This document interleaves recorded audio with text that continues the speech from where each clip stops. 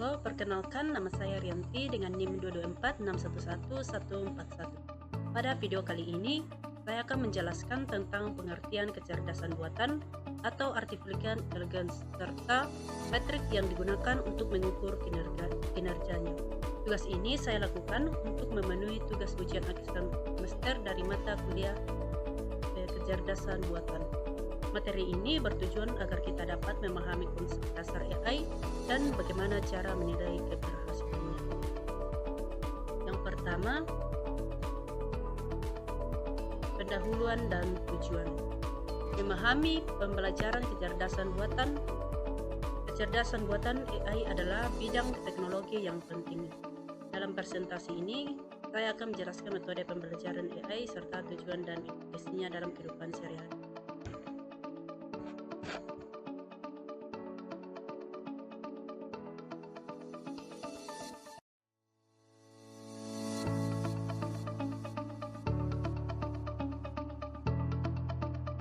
Kecerdasan buatan atau artificial intelligence adalah cabang dari ilmu komputer yang mempelajari cara membuat mesin atau sistem komputer agar dapat meniru kemampuan berpikir manusia. Kemampuan tersebut meliputi belajar, memahami, mengambil keputusan, dan memecahkan masalah. Tujuan kecerdasan buatan sendiri adalah untuk membantu manusia dalam menyelesaikan pekerjaan dengan lebih cepat, akurat, dan efisien. AI juga bertujuan untuk mengurangi kesalahan manusia dan meningkatkan produktivitas dalam berbagai bidang. Contoh penerapan kecerdasan buatan telah banyak diterapkan dalam kehidupan sehari-hari, seperti pada asisten virtual, sistem rekomendasi, pengenalan wajah, dan kendaraan otonom, serta aplikasi kesehatan. Hal ini menunjukkan bahwa AI memiliki peran penting dalam perkembangan teknologi modern. Agenda pembelajaran kecerdasan buatan.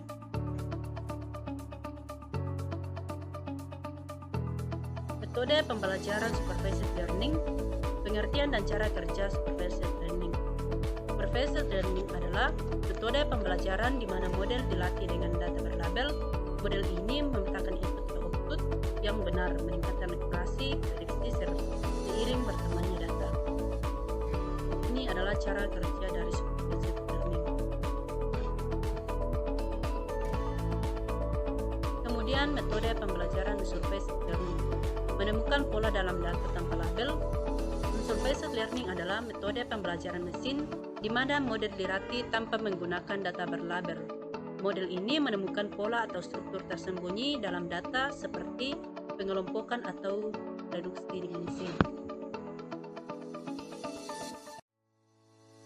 Selanjutnya, reinforcement learning, memahami interaksi agen dalam lingkungan. Reinforcement learning adalah metode pembelajaran di mana agen belajar dari interaksi dengan lingkungan melalui feedback berupa reward atau punishment, memungkinkan pengembangan strategi optimal sepanjang waktu.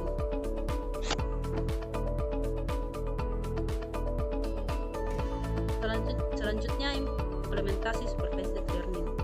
Contoh nyata penggunaan metode pembelajaran ini. Yang pertama, pengenalan wajah. Teknologi pengenalan wajah digunakan untuk keamanan dan identifikasi, memanfaatkan data berlabel untuk meningkatkan akurasi dan kecepatan deteksi. Selanjutnya, untuk deteksi spam. Sistem deteksi spam memanfaatkan algoritma supervised learning untuk memfilter email berbahaya dengan menganalisis pola dari data berlabel sebelumnya. Kemudian, prediksi penjualan. Model prediksi penjualan menggunakan supervised learning untuk memprediksi tren masa depan berdasarkan data historis, membantu bisnis dalam pengambilan keputusan.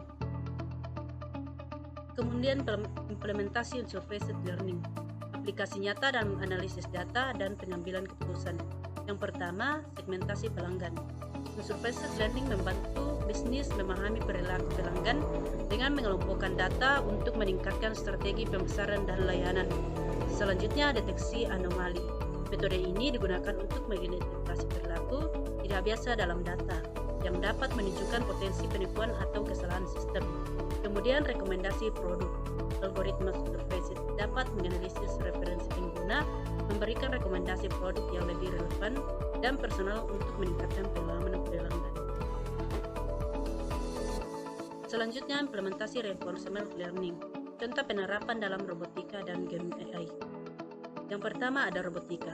Dalam robotika, reinforcement learning digunakan untuk mengajarkan robot beradaptasi dengan lingkungan dan menyelesaikan tugas kompleks secara efisien. Kemudian untuk game AI. Di bidang game, reinforcement learning memungkinkan AI untuk belajar dari pengalaman, meningkatkan keterampilan dan strategi melalui interaksi dalam permainan yang dinamis. Kemudian optimasi rute. Dalam optimasi rute, pengiriman algoritma reinforcement learning digunakan untuk menentukan rute terbaik, meminimalkan waktu dan biaya pengiriman dalam operasi logistik. Selanjutnya, metrik performa AI, evaluasi pembelajaran kecerdasan buatan. Metrik performa merupakan alat penting untuk menilai efektivitas model AI. Metrik ini membantu dalam menganalisis akurasi, presisi, dan rekal yang semuanya krusial untuk pengembangan sistem AI yang andal.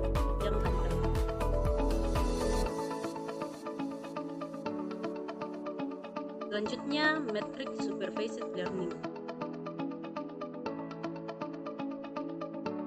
Metrik performance supervised learning, pengukuran kualitas cluster.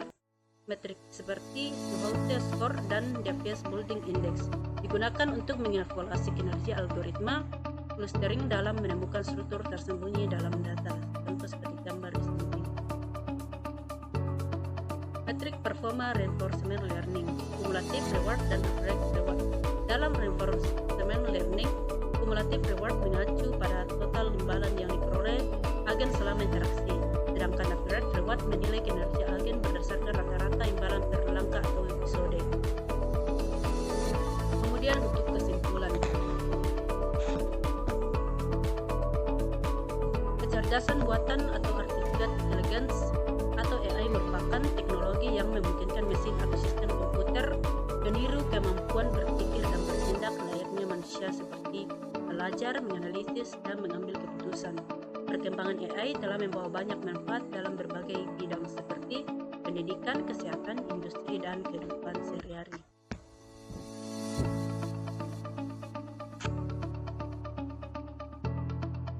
Demikian video penjelasan yang dapat saya sampaikan. Saya berharap materi ini dapat dipahami dengan baik. Apabila terdapat kekurangan, saya mohon maaf.